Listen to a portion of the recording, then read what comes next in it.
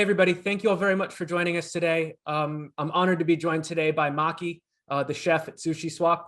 He's here to talk to us about sushi and SushiSwap and the broader ecosystem. So welcome, Maki. So let's start off with a sort of simple introductory question. How would you explain sushi and SushiSwap to a non-technical person that you meet on the street? So Sushi at its core is a DEX where basically people can trade against pool of liquidity. But since then we expanded onto offering two other protocols, mainly lending and borrowing with Kashi, and also Miso, which is a launchpad for new project. So right now I would say we are a very broad kind of all-in-one DeFi home for new digital assets and so on.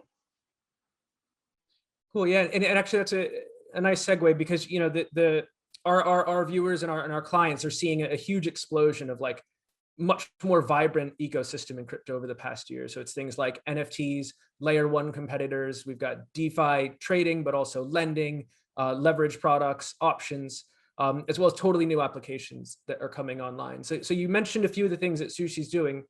How should our clients and our users think about Sushi within the broader ecosystem of cryptocurrency and DeFi today? So at the moment, I would say the best way to see it is really like one of the most important piece of this DeFi Lego, meaning where people can go acquire new assets that are not available yet on many places, where you can launch basically like a trading market with very few limited resources. Like one of the most easy things to understand is if you want to create a market on Sushi, you can just have some ETH, another token, put them together, and there you go. You have a pool where people can trade against them, and people can also add their own liquidity to it. So it is a very kind of easy way to bootstrap things. People can just trade at any single hour of the day, anywhere in the world, etc. So this is the most powerful aspect of Sushi, I believe, and this is where like most of our revenues come from. But aside from that, we're also we have a launchpad where teams can pretty much sell in advance or pre-sell their own token before launching their own pool, because maybe they don't have enough ETH, for example, or things like that, or they want to raise some funding. So this is also possible. And then we have Kashi, which is an isolated kind of lending and borrowing platform where you can basically like short or long any tokens based on the available supply in there. It's quite fascinating, and it's still like very early on. We just launched a few months ago, but yeah, I mean, that's Sushi for you. That's a big ecosystem. How is the response been to the Kashi launch? The Kashi launch has been well received, but I do think like some of the key feature are still like missing. So right now we don't have the TWAP oracle. So just to make it easy to understand here, the TWAP oracle is needed for these new pools and new assets that are not necessarily available on an oracle solution like Chainlink. Mm-hmm. So we're just lacking this, and then afterwards I think it's going to be a very interesting product. At the moment it's a little bit limited, but people are still using it. I think there's some value out there, but it's also going to be launching multi-chain very soon, so we're probably going to see more traction, since Ethereum was quite difficult to use and AV on gas. Yeah, it's actually one of the coolest parts about this whole progression. It feels like ancient history these days, but as crypto's gone forward, we've had to build, or the ecosystem's had to build new infrastructure at every step of the way. So it was, you look at like BitMEX inventing the perpetual funding rate, and some of the stuff you guys are doing with the TWAP, implementing TWAP oracles. It's very impressive how every new application has to invent kind of a new infrastructure for itself. One of the things I wanted to talk to you about is this Miso platform. Is that live yet? And if so, perhaps could you share a bit about it for our viewers, and then talk about if it's live and what it's going to be used for?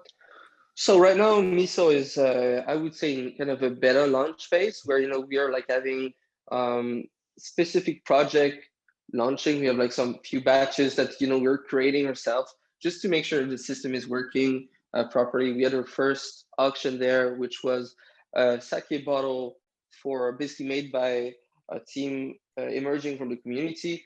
I think it was actually like one of the world's most expensive sake bottle. Once the auction finished, it was around 10,000 USD per bottle, which is madness. But at the same time, if you really kind of go see the level of process and everything surrounding it is it's a work of art literally, and it's a very limited edition run. So that's why like the supply is so low. Anyways, so that has been successful. We also add like Manifold, which is another project where you can basically like protect your trade against front running with it, etc. So it's been launched. We had like some little hiccups. We're like fixing them as we go. We want to make sure that basically once we open it to everyone in a very decentralized manner, there's not going to be any issues. We're not going to have to basically like help out anyone. It's just going to be running smoothly and everything's going to be happy. So right now we have like 3 different type of auction. We have like the Dutch auction, which is basically like the price starts very high and slowly goes down. Since we did the sake auction, we realized that probably like a hyperbolic Dutch auction would be ideal. So whenever someone buys at a certain price, it drops even faster for the price. Things like that. We also have like a batch auction, which is just your regular sort of like at Christie's or Sotheby's, something like someone bids and etc. It goes up and down. And the last one is very simple. It's just 1 token for one. So 1 ETH for XYZ token, for example. Okay. So that is right now the base. But what is interesting is this platform is fully flexible, so anyone could potentially like do their own type of auction, similar to if you've been following a little bit the NFT market, the Ash Mask, I've been launching like a tranche style auction. So that could be done with Miso too. It is also not limited just to ERC20. You could see NFT sales there in the future. So anyway, lots of exciting thing for Miso coming. And the goal there, like there's absolutely no fees. It will be accessible to everyone, even people are not technical potentially, where like they can create their own kind of tokenized objects similar to Sake, but for other things. We have like actually another community member that wants to launch some sushi chopstick. Anyways, lots of exciting things coming up for it, and I think it's going to be really kind of the place to for people to pretty much like experiment with what it means to create a token, what it means to basically like participate in this movement a little bit. And I think that's one of the coolest things. I mean, it's very much in the ethos of crypto of trying to democratize access to something that was previously either complicated or walled off. And if I could try to just play it back, let me see if I understand it and see if I can play it back for some of our viewers who might not know some of the words that were being used there. So in a sense, Miso, if I understand correctly, Miso is there to democratize access for people to create tokens and NFTs and blockchain artifacts, so to speak. So it allows them to generate blockchains of their own and host auctions to allow people to buy into those blockchains or assets. Is that broadly accurate, or please correct me if I'm misunderstood? No, yes, that's exactly what it is. And then like even in the process, you can choose the ticker, the name, and then afterwards, what is interesting is we have this launcher where basically like with the funds that you just raised, you will automatically launch like a pool on SushiSwap. Wow. Meaning that like from literally who knows, like in one day you go from 0 to 1 with basically like creating not only a token but also kind of providing the liquidity, having like a highly liquid market, depending on how much money you raise, of course, that is contributed to the sale. You have like already, you kind of bootstrap it like a small community at the same time, because if some people like bought in this in the raise, then you have like some people that are also kind of ready to help out or have vested interest in helping out. So that is, in my opinion, like super cool. We'll see how it's used. So far, it's been a success. I'm kind of very keen to. We had like over almost 300 people for the sake auction, which is you might think is small, but at the same time for the price, I think, and for the first time where the UX was not, I would say, perfect. I think it was a very good proof of concept, and I'm very eager to see bigger project coming on board via Miso first. Cool. I think that it's just a matter of time. So one of the things I've read that you guys were considering in one of your documents is like franchised or centralized exchange pools. If those are still in the roadmap, maybe you could explain a bit more about what those actually are and how they might work.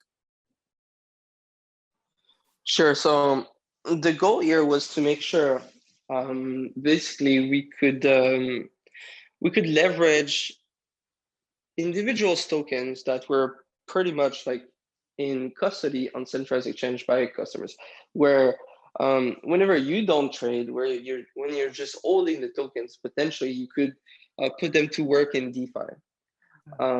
So that is kind of the main aspect, because whenever you put them to work in a pool, you are getting fees from the trading happening on the pool. So that could be very interesting. For example, if Kraken rolls out a franchise pool where they decide of the fee that like everyone is going to be trading against it, and then that unlocks like a whole new ocean of liquidity, while retaining kind of retaining the ownership of the digital assets for the customers at Kraken. And whenever they come back, like, yes, 100%, there might be like some change in the balance, if you will. We try to alleviate this by having like a very high fee, usually for these pool kind of contributor. And then once they come back, they have like additional yield, or like they're not just like static holding. Of course, that is like a very specific product, and I don't think it's for everyone necessarily, but it's a very interesting way to leverage your assets. And this, like we're talking about in a DEX manner, in a way to contribute to a DEX, but that could also be for Cashi, like, or any protocols like that also don't have impermanent loss potentially. What is interesting though with Sushi is these pools are getting rewards, so not just with the fees, but also with the Sushi token. That is kind of the premise on how Sushi went quote unquote viral. Like the fact that we distributed our governance token to pretty much 90% of the LP really like put us on the map, and we were able to gather a lot of liquidity in the DeFi ecosystem, which before, like if you remember correctly, before the DeFi summer, providing liquidity and sort of being an LP was an outlier thing. Like DEXs were not serious. There was barely any liquidity. Everyone was sort of, it was cool, but it was not nowhere near professional or serious. So what Sushi did is really kind of unlock everyone liquidity that was sleeping on these wallets. And right now with the franchise pool model, like the goal is to do the same, but for centralized exchange, because we believe that everyone should be able to tap into DeFi in some capacity, because there is a lot of good opportunities. But like the only kind of issues I see at the moment is more about, it's not necessarily the technical aspect, but it's more about the compliance aspect. So like in the meantime, we're sort of until we figure this out with like our partners with exchange like Krakens and so on, it's probably going to take a little while, but that is kind of the perspective for Mirren. That's fantastic.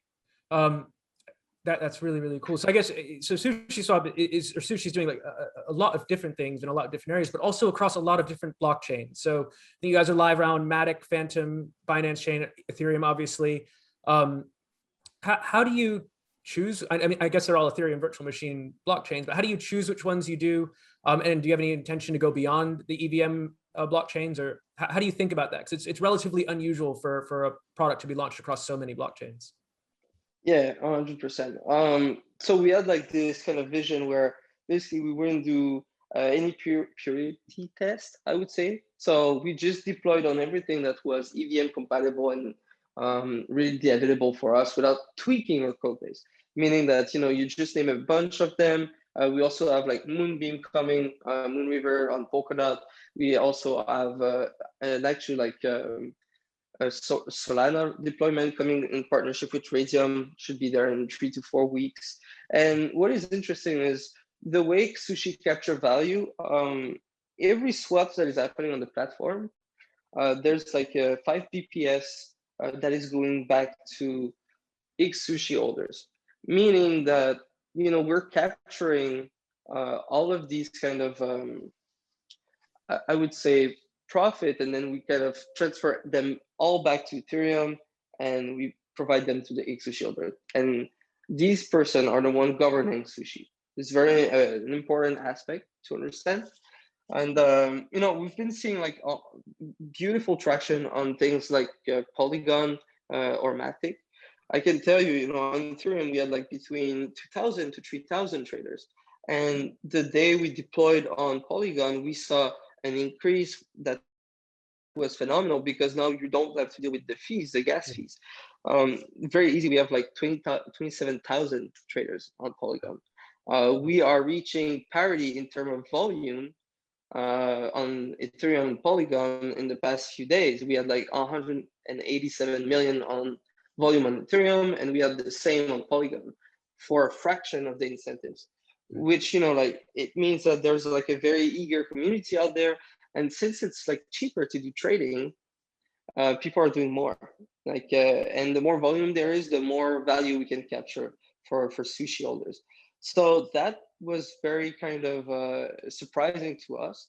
And we don't think that, you know, we went with yield to attract some capital initially, but I think we were able to kind of find out like the formula and kind of replicate the playbook over there. So I think, you know, you would be able to see incentives rolling out on other chains like Avalanche soon too, on XDAI, Celo, things like that. We really want to, on Harmony even, we really want to take this to the next level and showcase that. One of the most interesting, by the way, is we didn't lose any assets on Ethereum. Everything that on Polygon was additive. It is new money. It is money that we didn't had access to beforehand. So to me, that is very interesting. And I think it's going to be the same thing that's going to happen with these other ecosystems, where, you know, we're going to be unlocking liquidity on Solana, on Avalanche, mostly because, you know, the goal here is not to incentivize necessarily like only the majors, and by majors I mean Bitcoin, Ethereum, etc. We're talking about incentivizing, you know, like native assets, so assets that you cannot trade on Ethereum. And this is the most powerful aspect, I think, because this way we really are kind of first-class citizen on these other platforms, right? We're coming in and we're not saying like just transfer your assets from Ethereum to this blockchain. No, we're unlocking new liquidity, and this is the best, I think, aspect about our strategy. Yeah, well, actually, to that point, to build on that a little bit, thank you very much for that. It's so I saw Deribit did a piece recently in Deribit's Insights about Sushi and the sort of how you guys are like thinking of yourselves as the base layer. Could you share a bit with our audience about how the, you know, it's been sort of referenced quite a lot in the last answer you gave, but how that sort of shapes the future for how you're looking at things? And when you say take it to the next level, what does that sort of long-term vision look like? Because you've established a huge beachhead already, in a very, very interesting playbook, but what does it look like for you guys on a sort of multi-year horizon? I mean, to be honest with you, Sushi is not like edited by 0xMaki, right? By me, it's literally like it's a work of multiple contributor. It's a grassroots movement, an open org. We have like a broad kind of roadmap for 2021. But the truth is, whenever a core dev has an idea, or, you know, someone from the community shows up, or, you know, propose something, we try our best to execute on it and kind of let the community drive a kind of a roadmap. Like Miso, whenever I got implicated in Sushi, never would I would have thought that, you know, we would launch like 2 more protocols on top of the decks that we have in such a short amount of time. Like literally, we have 3 full-blown protocols in less than a year. 2 of these ones have no token, and, you know, that was made on purpose. We're really not here to launch new tokens and so on. It's more about like leveraging Sushi as the coordination tool. And yeah, I think, like we're going to be seeing, like, at the moment, what I'm seeing is we want to make sure that we are from 0 to 1, like the digital pipeline for all digital assets. I think, whether it's trading, whether it is creating the asset in itself, you can afterwards leverage it with Cashy.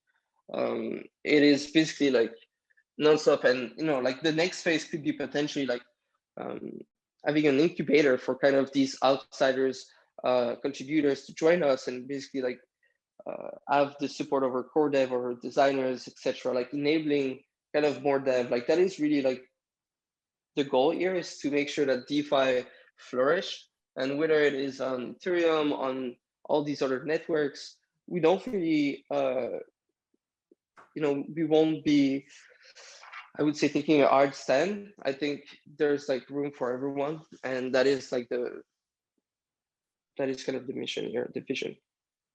That's fantastic. So one last question for the day.